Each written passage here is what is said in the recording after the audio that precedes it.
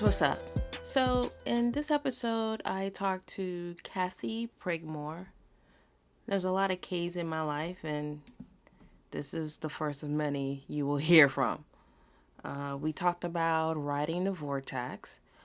Since 2007, Riding the Vortex has been presented as a panel of Black women in architecture, talking about their experiences in the industry and offering a place for other people to share their stories. So they've been going around since then at AIA conventions, at local AIA conventions, and at NOMA. It's probably some other conventions they did too.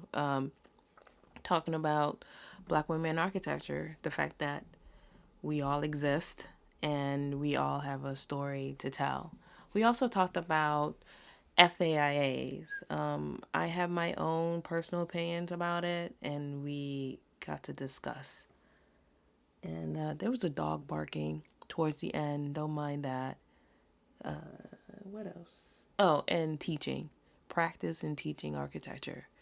Doing it at the same time versus one and doing one and then the other. So it was an interesting conversation, to say the least. And it was casual. It was casual. I know Kathy for a long time also, so it was kind of loosey-goosey.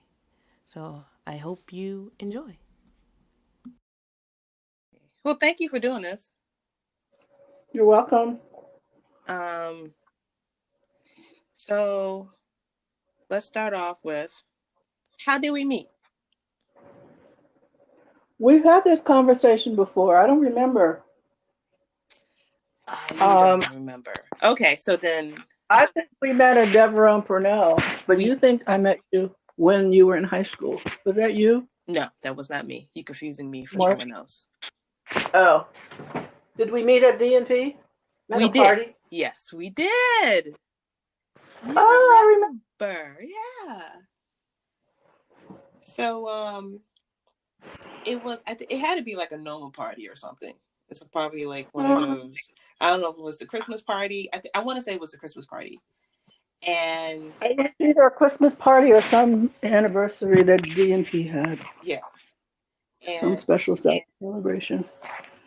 Yeah, and Barbara introduced, I think you were talking to Barbara or something like that.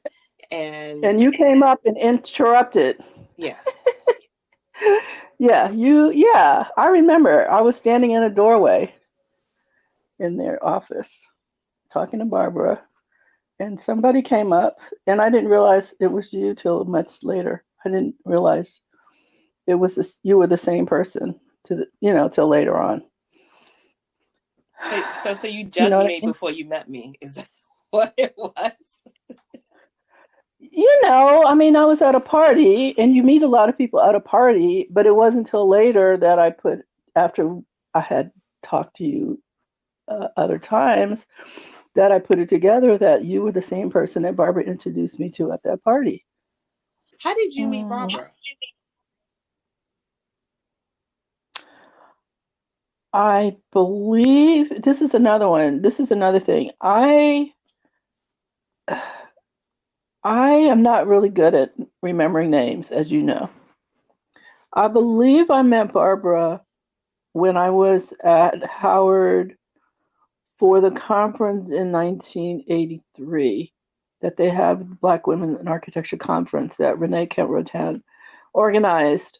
I believe she was still a student there at the time, or she may have graduated, but everybody was there. All the women that I believe are all there. So I'm assuming I met her at that conference. But I don't have a particular first memory of her. What did you do? Remember? Like, what was the first conversation you guys had? Like, how did you guys become friends? Barbara and I became friends when I joined the faculty at Howard in the early 90s. She wasn't on the faculty, I don't believe, at the time, but she later became a professor. But she and Ed were friends, so she was always at the school. So that's how I became friends with Barbara. Okay. And in 1992, I believe that was the year, I organized a conference on women, African American women at Howard. And she was really involved with the planning of that. She and Ed were very involved with the planning of that.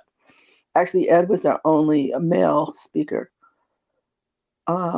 Professor Dunson was the only male speaker at that event. He was really helpful because I wasn't getting really any help from anybody else at the school to do it, but Ed was really good.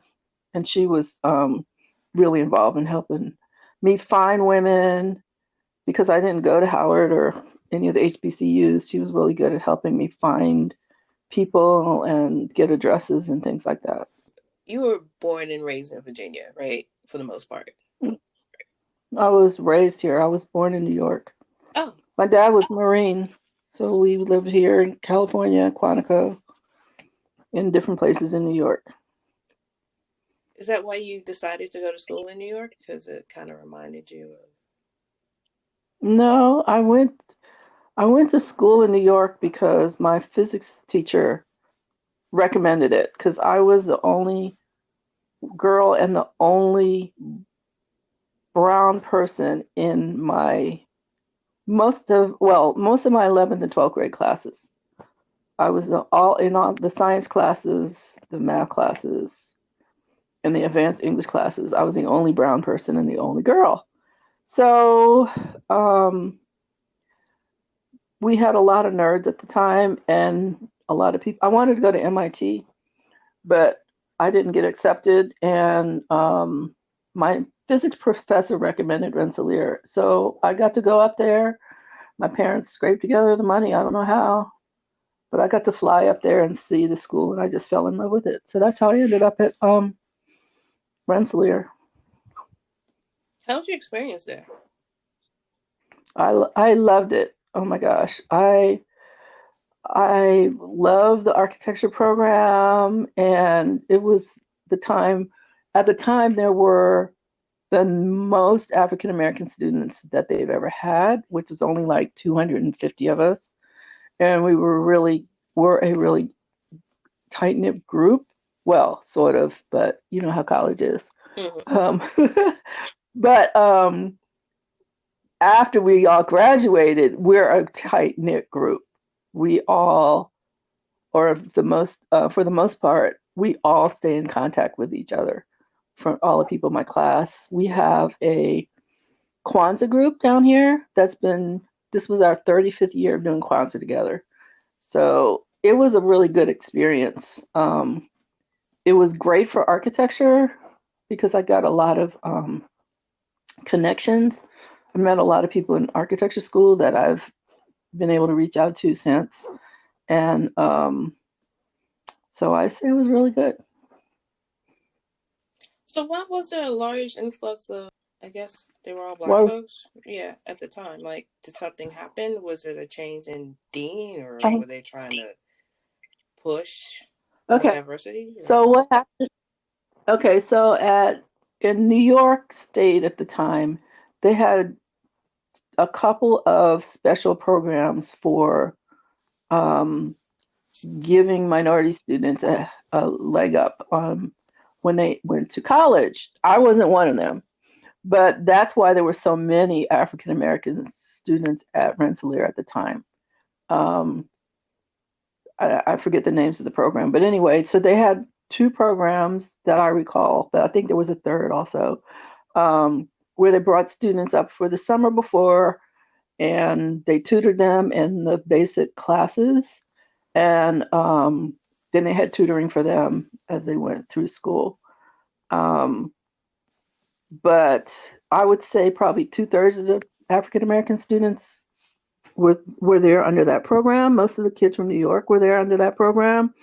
And then I found out recently um, they also recruited African Americans from some of the key high schools on the East Coast, and I believe maybe Chicago and LA, because there were other students there, high caliber students, that didn't go in those academic programs, but that were there at the time. Um, so that's where there were so many of us. When I when I went to school for my visit, first of all I flew up. That's probably why they didn't think I was black. They didn't know I was black till I showed up. Um, I went in this dean of students office.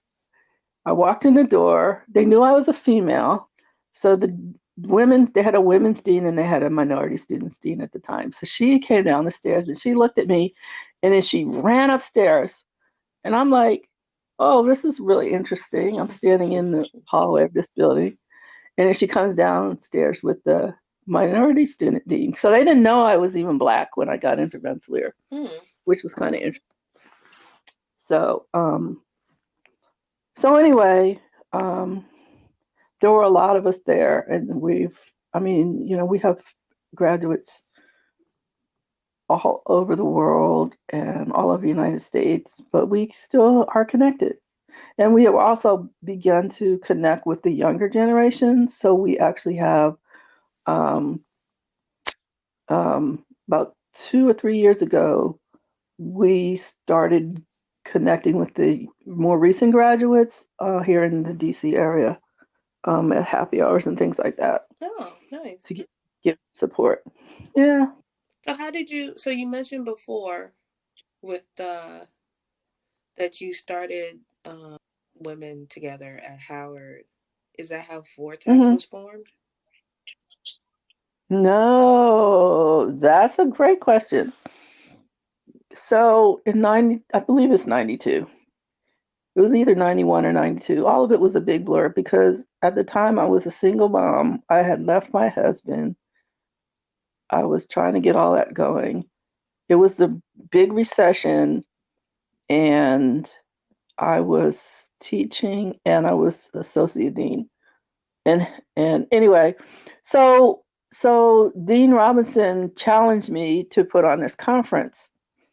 And because the last one had been held in 83, he wanted to do another one. I didn't have any resources. So anyway, I figured it all out and we did it. Um, that's where I met Sharon Sutton.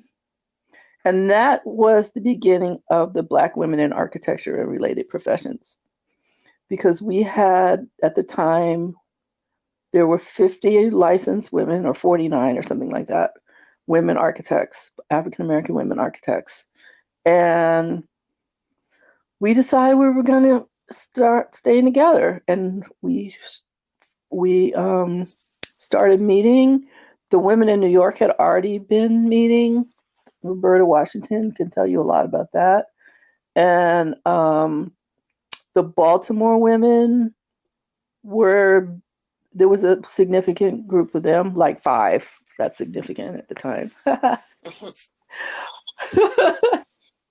Anyway, and we started meeting. And remember, this is before cell phones and internet and all this stuff. It was kind of, we got it done over the phone and we got it done. And we met and had programming for maybe 4 or 5 years. We were pretty active. And I have all the archives here at my house that I know I need to scan and disseminate or share or whatever. But anyway, and then what happened was, because most of us were about the same age or a little younger than me, and because I was an old mother anyway, um, our kids, our kids started growing up, and we just didn't have time to keep it going. So that's why it died, wasn't it? We just couldn't do everything. And then there were some women who were starting their own firms, and then there, people like me who were starting to volunteer with the AIA or NCARB or whatever. We felt those things were more important than, we felt it was really important for a Black face or woman's face to be involved with those organizations. So we started doing those things. And also, I would say probably around that time, Noma got more active as well. So there were all these competing, um, competing things going on in the architecture world. And there were only so many of us, and we couldn't do everything. Mm-hmm. So we actually have um, uh, bylaws and rules and everything. We just never got it recorded as a corporation. We just, we have all this stuff. It was like ready to go, and then it just fizzled because no one had time to really focus on it, How like long ago was legitimize this? organization. Um, it was in the 90s because I was still at Howard. Because what happened was when the recession came, nobody had a job. I was at Howard full time, so I had a lot of flexibility to do these things. And most people were either just trying to make it, trying to figure out what they were going to do to get through the recession or whatever. And again, our kids were growing, and you had things to do with them after school and all, those sorts of things. By 2000, we were not together. I can tell you that. I know that. I just don't remember when it fizzled out. Where did Vortex pop up? So Vortex came about. This gets us me and back to Barbara. So Barbara and I became pretty good friends. And before I showed up, she and Ed were always seen around, together. Um, because they were both faculty members. I ended up leaving Howard to work after the school merged with the School of Engineering. It was not politically right place for me to be, so I left. And then, so then me and Barbara and Ed would hang out together. And Barbara, oh, the other reason I left was I couldn't get tenure at Howard. They would not even accept my application. So I had to leave. I couldn't stay there on a part-time salary and not have a job. So Mm. anyway, I left. So Barbara was there, and um, they were grooming her, sort of. They were telling her she needed to get tenure. But what has happened with the university, which is good, is that the faculty have to follow the rules of the university, um, more so than architecture faculty used to. There used to be a time, because architects don't write generally, they don't publish, they don't generally speak, that universities kind of let the architecture programs set their own rules up for who could be tenured. But that changed. And so Barbara was trying to get tenure. And in order for the university to grant her tenure, she needed to have done quote unquote research. And so I started actually mentoring her, like actively mentoring her, where we would meet, we would talk about her goals, um, what she was planning to do, not just um, with Howard and academics, but she was still working at Devon Purnell. I don't know if you knew she had a store in Georgetown. Did you She, know that? she had a store in Georgetown? She and Shauna had a store in Georgetown, a like not knickknacks, but um they sold jewelry and No things. way. I did not know this. Yes. I mean, she was doing all kind of stuff. Plus there was a what is it, black designers group, she and Oh, Shauna yeah, I and remember Organization of Black Designers. OBD. Yep, Yeah. they were doing programming. Barbara was I like when she passed, I wrote she lived her life 200%. I don't Yeah. know how she did everything. Yeah, yeah. 200% easy. So she was doing all this stuff. So I was mentoring her, like with her life stuff too.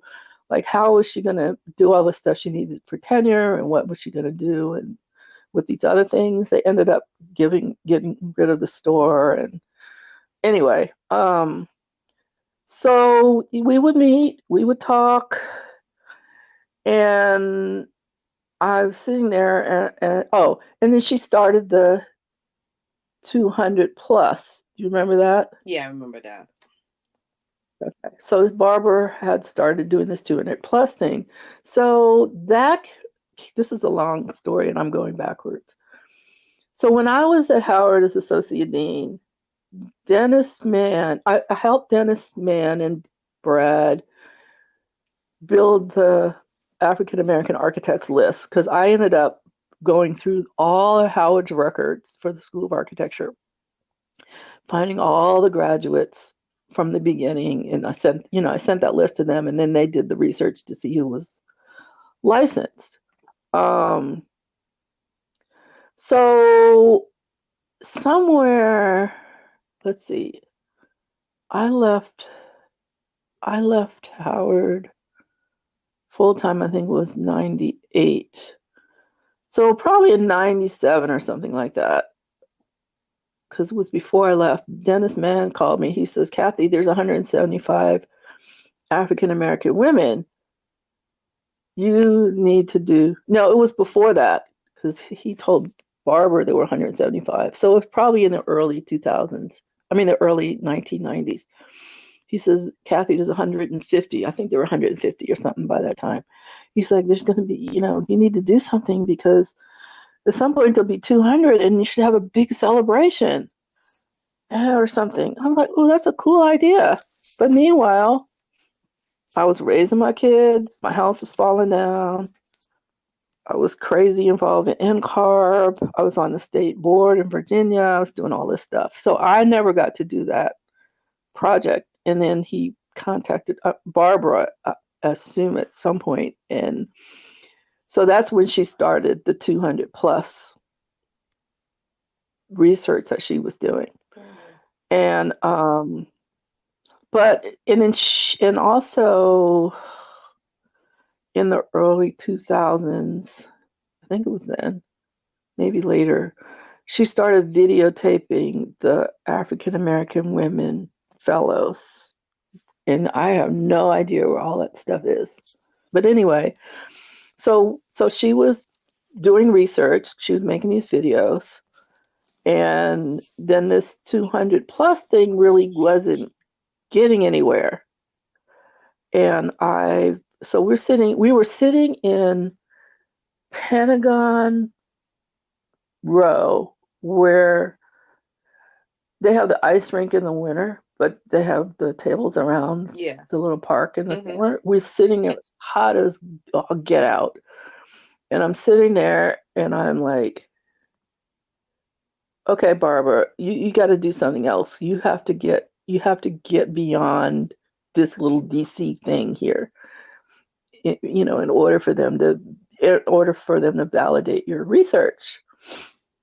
So that was right before submissions were due for the AIA conference, right? Mm-hmm. So like that weekend, it was either that weekend or next weekend, it was due, like they were due. And couldn't sleep. I went to bed. I'm like, these submissions are due tomorrow. We got to come up with something because Barbara can't wait another year. We have to do something to get this going. So I got up that morning. No, it was Saturday. I got up on a Saturday. I wrote the proposal. I called Barbara. I called Kathryn and Kathy or emailed them. I said, we're going to do this thing. I need your resumes. I need a picture, blah, blah, blah. I need all this stuff. And so I wrote the proposal for the conference. And then I'm reading the fine print and it says, oh, it's really good if you have a sponsor. So I called Dennis Mann. I said, would the directory mind being a sponsor for this? So he said yes. So we put it in and we got accepted. And the name just came about basically because I was trying to think of a catchy name for it, because that's one way you get your program selected. And I'm like, this is crazy. All these ideas are running around in my head, blah, blah, blah, blah. And so that's how the voice came about. It was just like, this is how we practice, like in craziness. with everything spinning around, just just going around, and we produce things out of it. So that's how riding the vortex came about. Mm. And then I was like, Barbara, this is going to be your project. You're going to be the whatever lead, whatever, and you're going to use this to some, include in your package to get your tenure, because part of it is taking uh, looking at the numbers, trying to figure out ways to involve more people in the program. There were a lot of things that we tried to do. We were trying to do when we sketched up what we would submit. Um, Involving the women at different levels was part of it. Sharing your personal stories, not your architecture. Communicating about that aspect of us as architects. Um, so that's how Riding the Vortex came about. And unfortunately, I think we were only able to do it 3 times while she was alive. You guys I don't did it more remember. than that, right? Because I remember you Not when guys she did was it. alive. No, you guys did it in Atlanta, right? And she was there. Yeah, I don't remember. It wasn't many. Oh. So she never got to submit her tenure package, which was really Yeah, she sad. did. No, she did.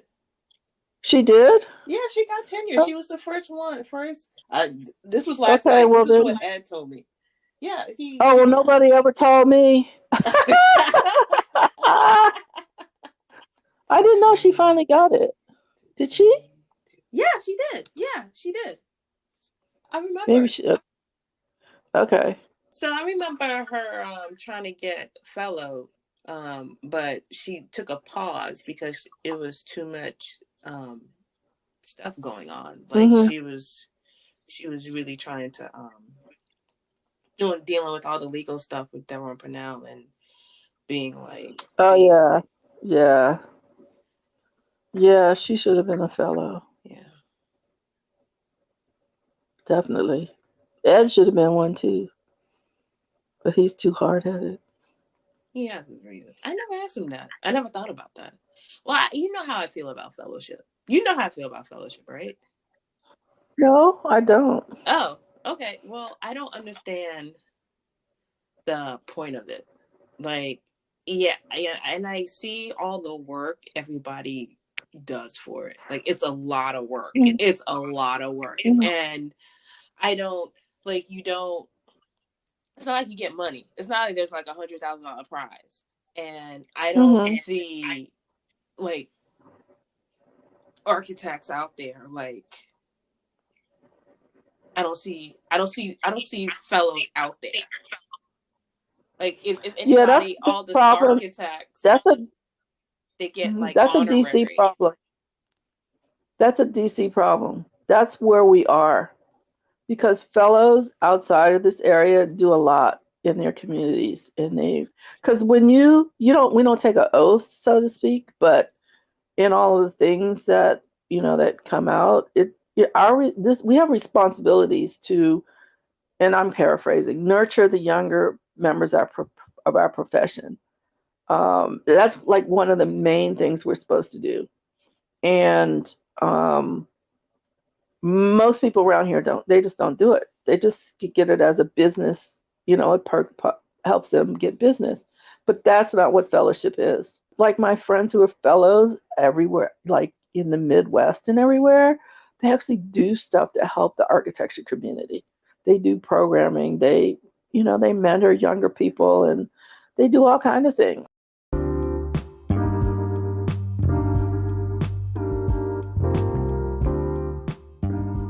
Managing an architecture project in an architecture firm has lots of moving parts.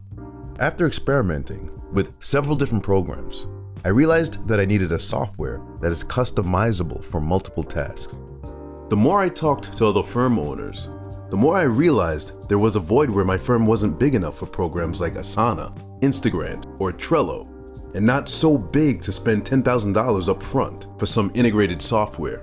I wanted a software that could do dashboard and Kanban views, Gantt charts, serve as an internet for the company, and resource loading. Then I discovered Smartsheets for Architects. Interested in how Smartsheets for Architects helped me?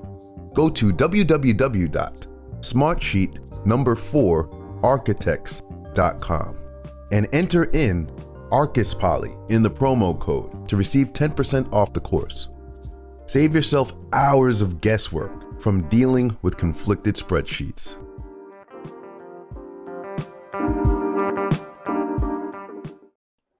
There is a new group of the DC fellows actually. They're doing programming at AIADC, and they're trying to involve the Northern Virginia chapter in it as well. But they do lecture. They've started sponsoring like lectures and things like that at AIADC.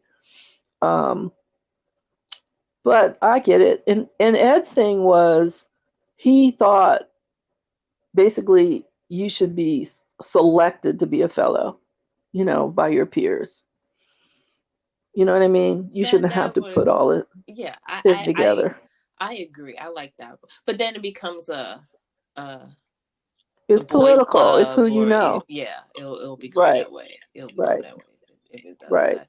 But now the thing now about the fellows, and this is one of the sad things about the AIA website, because you do put all this stuff together, nobody publicizes it as a place to do research about things, because the information that they have to put in them now is, it's a lot more structured than it used to be, and there's really good information in people's submission, but we don't quote unquote market. You should go see, if you're interested in sustainable design or whatever, go look up all the fellows that got theirs for sustainability, and because they'll list all these projects that younger people can go see, or that you can visit as an architect. There's just so much information, but we don't share it that way, which is too bad. What's the difference between a fellow and the average architect? Because it feels like... Okay, so there are different reasons people become fellows. I became a fellow because when I was younger, the people I work with were fellows, so I wanted to be a fellow. And then when I was at Howard, Dean Robinson said, "Kathy, you need to be a fellow," and he set out. He told me to make a plan, and I made a plan, and I got to be a fellow. So reasons other people become fellows is because a lot of sophisticated clients, they understand that a fellow they see FAIA as an architect that has more credentials than AIA architects. So most clients actually, they don't know what an RA is. And so when they're looking for an architect, they look for someone with an AIA. And then once they learn what fellows are, or that they're fellows, they start looking for individuals who are fellows to be their architects. So what happens in larger firms, or not even large firms anymore, but what firms have begun to do is make sure all their principals are fellows. So it's kind of gotten commoditized. So that's another reason you get a lot of fellows who don't really do anything for the profession, because they got their fellowship to help their firm get business, which is not what fellowship is if you look at the requirements for what you're supposed to do once you get it. How long were you at Howard? I was at Howard 8 years full time, but a total of 13 years That's So awesome. I taught part-time for 5 years after I left. I left in 2003. When they merged the schools, Dean Johnson, the engineering dean, quote unquote, promoted me to be assistant dean, which was technically a demotion, assistant dean of student services for the whole college, which I did for one semester. And I told him, I'm an architect and I didn't come here to work in student services, and I'll see you later. So I taught environmental systems for 13 years. I taught structures 1, 2, and 3 for 1 year while the professor was on sabbatical. I taught design studio for 6 weeks because they had this really weird thing that I wasn't a designer, so I wasn't allowed to teach studio. There were a lot of prohibitions against me doing things in the mainstream of the program. So I couldn't teach design. Have you thought about going back in education at all? No, I don't think I would want to do that.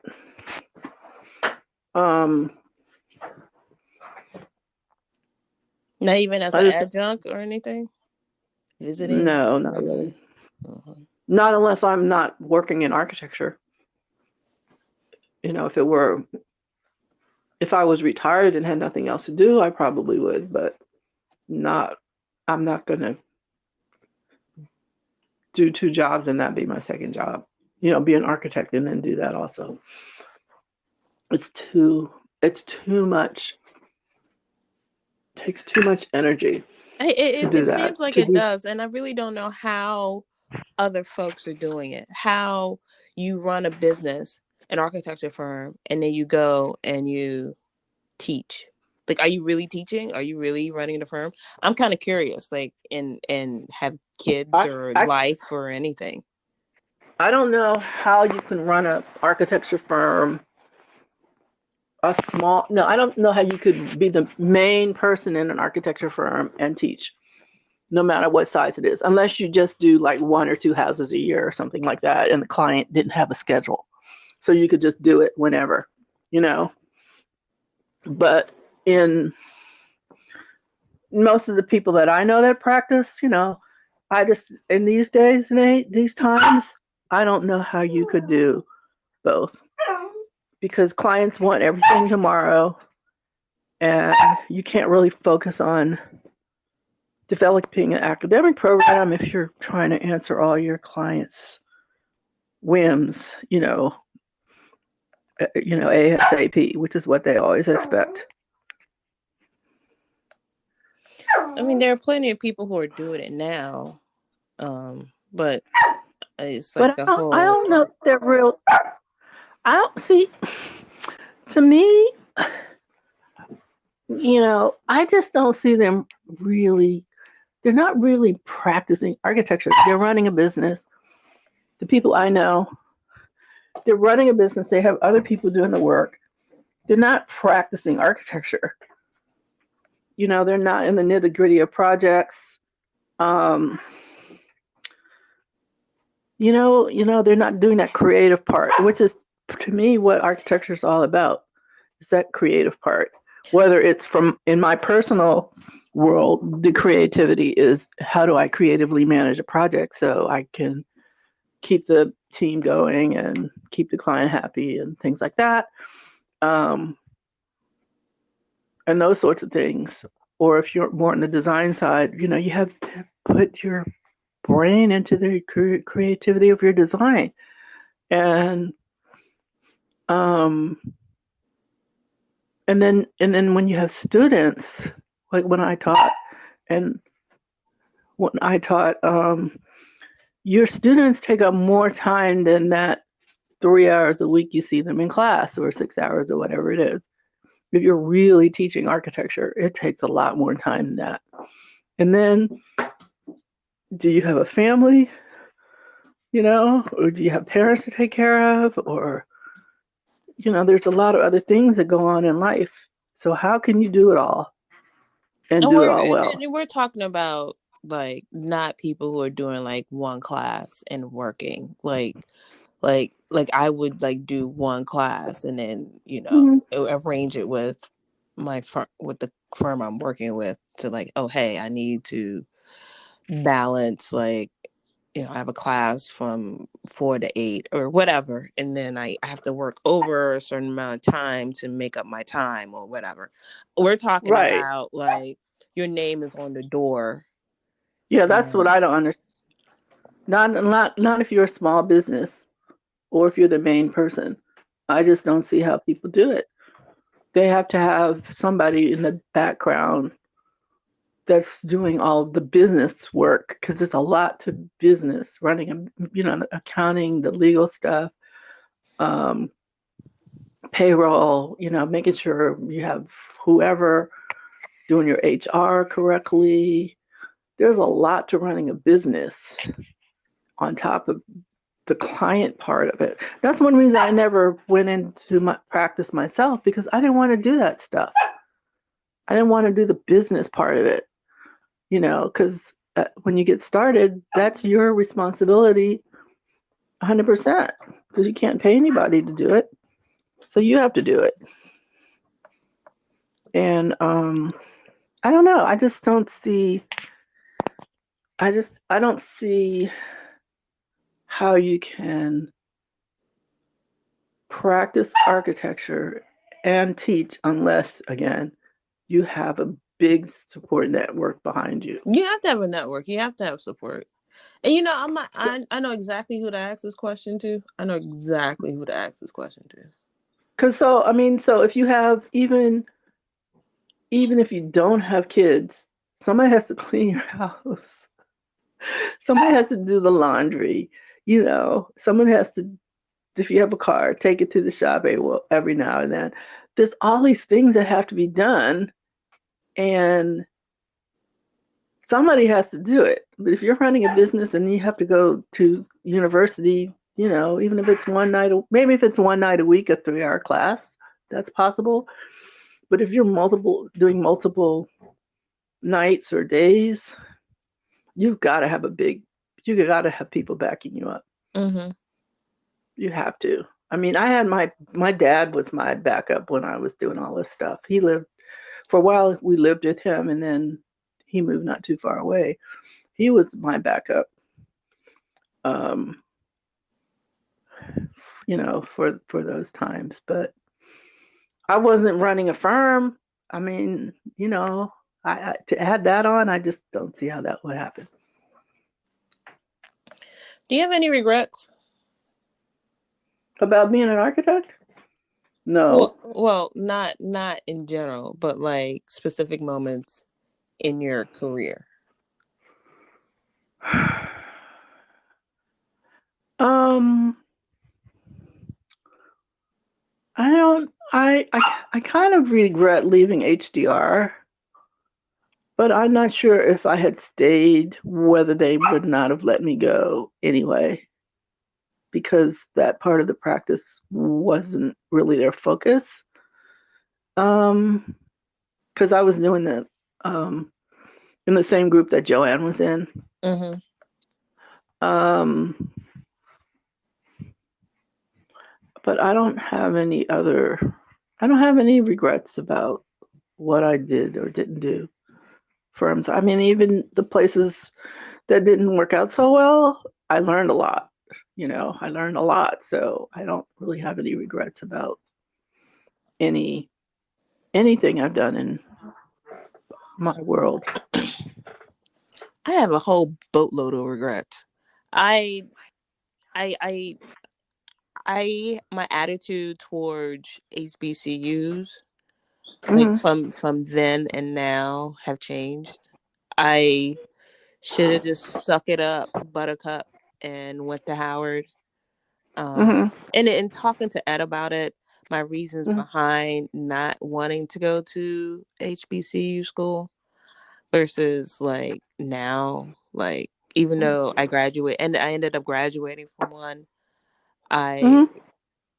I should have just went ahead and went through it, because I would have graduated my 5 years, and I Yeah. would have I knew how to navigate in those areas versus me going to a predominantly white school and struggling to Mm-hmm.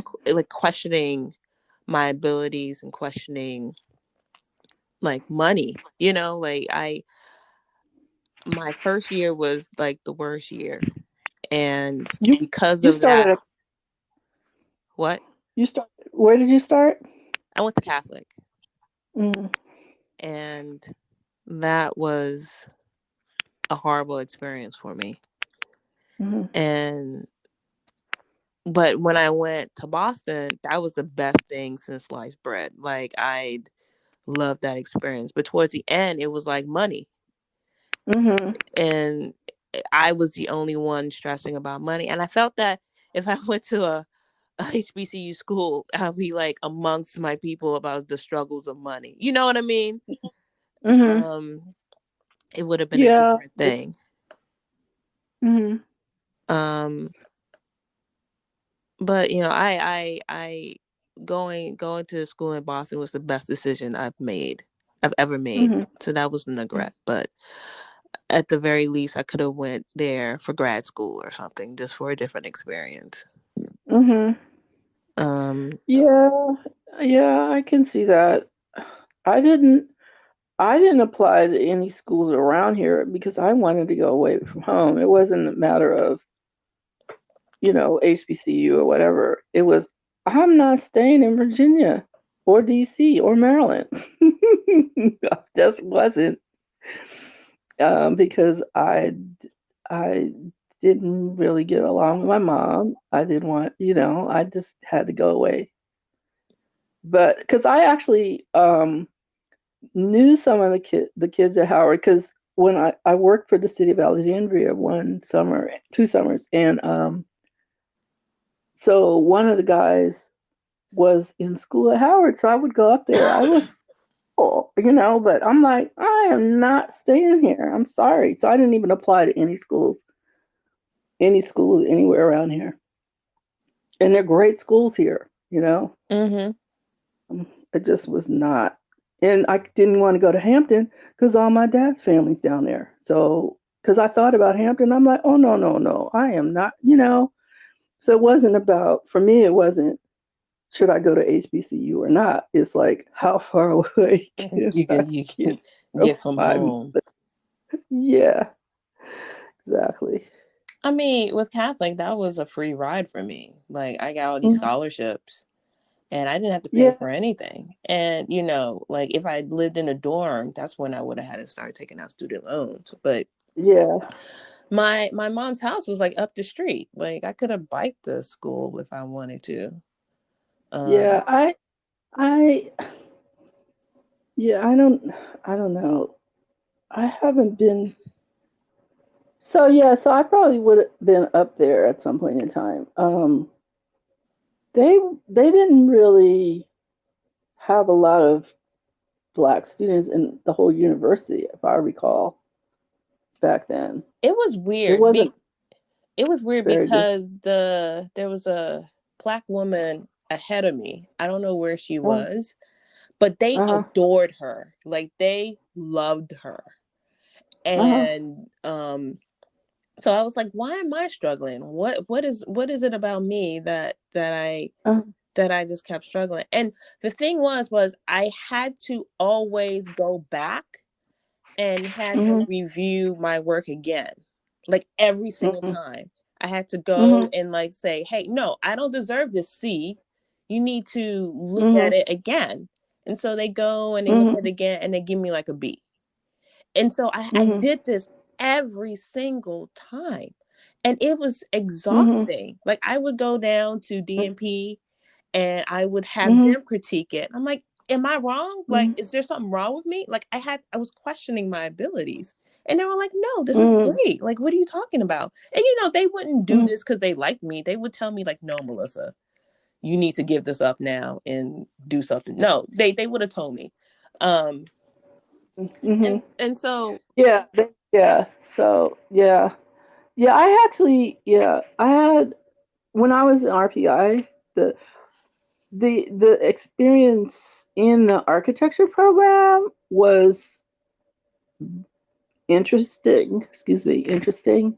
Um, there were 6 of us in our first class. There were 75 students total and 6 Black people. And my best friend, she's still my best friend, they asked her to leave. She ended up leaving. She went into computer science. Um, and she had gone to Cornell or something in architecture for one of the summer programs. So we were like, she should, she should, why are they asking her to leave? But anyway, they asked her to leave. My very first project at RPI, I got a 0. A 0. Wasn't even an F. A 0.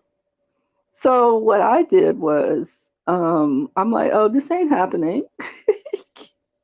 So I just kind of buckled down and figured it out. But I never, until my senior year, I never got A's in studio. I never, no matter what I did, I never got A's. And, I'm pretty good at what I do. But there was a lot of racism, but it wasn't just racism against Black people. It was racism against, I guess it wasn't actually racism. Back in those days, even though it was illegal, a lot of people smoked reefer. We called it reefer. My kids don't call it reefer, but anyway, a lot of kids smoked reefer, and the faculty smoked reefer. So what ended up happening is the kids that hung out with the faculty members, they got the best grades. They would get A's. It was a whole group of them, and they're actually one of my friends, Peter. He's a Black guy. He was one of them. They all got A's. So I guess that's not racism, but it's a form of favoritism. discrimination because you wasn't about to kill your lungs and get a contact high because Right. you know. So I figured that out. I was like, well, okay, no sense kind of, stressing over this. I just couldn't deal with, So, and plus they would hang out at all hours. So I don't have time for this. So once I figured that out, I just figured, okay, this is part of the world. This is how the world is. Because my mother was a civil rights activist here in Alexandria. So I knew, this craziness was going on. And there were some things that would happen to you in life that you could do something about. And some things you would just have to basically ignore, get above it in your mind and do what you needed to do to get done. And that's how I handle architecture school at RPI. Because I was like, okay, I'm not going to hang out with them, so I'm not going to get an A. So what am I going to do? So I ended up graduating early because I'm like, I'm not staying around here. This is crazy. Because I was working in the summers, in an architecture firm, and I'm like, I can't learn anything else here. This is not good. So I ended up leaving early. And that's how I I was able to maintain my own integrity through it all. Was, just let that stuff happen and do what I needed to do to get what I wanted to get out of architecture school. But I enjoyed it. I enjoyed the projects and, hanging out with everybody in the studio and all that stuff. I really loved it. But there was this whole undercurrent about, you could work here. And we had one guy in our class, his father was a publisher for Record or Architecture Magazine or whatever, one of those, whatever was the big magazine back then. So he would take his projects to New York and he'd come back with these professional models. So that was the other thing. Like, this is ridiculous, I can't compete with that. So I just did what I had to do to learn, and then so I could get out. So that's what I did. Hey, listeners, I have an exciting announcement. I decided to launch a membership program for the show, where you have a chance to support me and the show directly. I love creating this show, and it means the world to me that you all tune in to keep hearing me week after week. But it takes an immense amount of time and energy to produce. I want to keep the show going, and I want to invest in its growth. And I also want you to become a partner with me in this journey. That's why I'm excited to give you a chance to officially become a supporter of the show at glow.fm/archispolly, ARCHISPOLLY,